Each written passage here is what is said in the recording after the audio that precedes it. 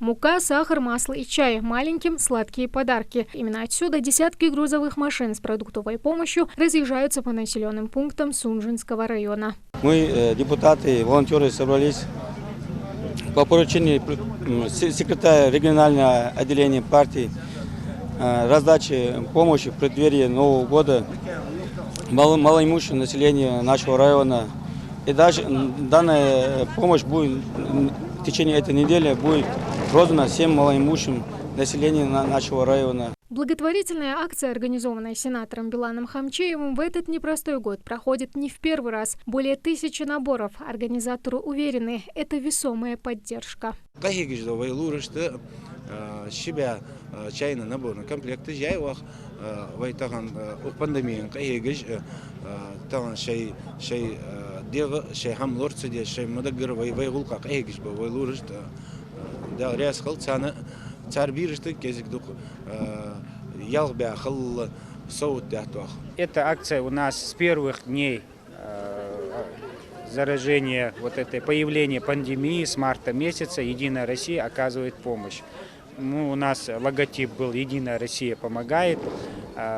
И сегодня очередная партия этой помощи в достаточно большом количестве. Все единороссы, все подключаемся к этой акции, будем раздавать, развозить эти продуктовые наборы, подарки. Ну вот, машины загрузили, можно отправляться в путь. К примеру, это отправиться в соседнее Нестеровское. Первая в списке получателей – Радима Катиева. Женщина признается, а гостей сегодня не ждала. Однако такой помощи она рада безмерно. Радима много лет одна поднимает детей без мужа. Постоянного заработка у нее нет. В основном помогают родственники и соседи. На дому приходится мне подрабатывать, поэтому как-то стараюсь жить немного.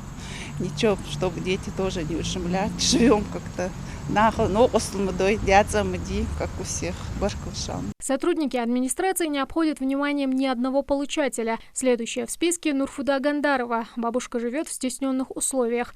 Поэтому считают, что такая поддержка поможет хотя бы на время забыть о трудностях.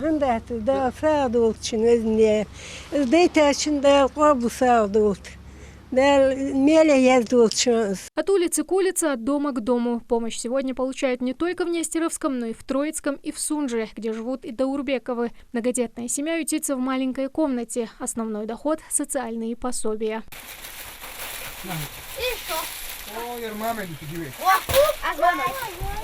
И таких семей в одной только Сунже сотни человек. К примеру, уже на соседней улице у Анакизы Адамовой тоже 6 сорванцов. 7-й должен вот-вот родиться. Не меньше мамы подарком радуются дети. Тут же принимаются разбирать сладости. Вот!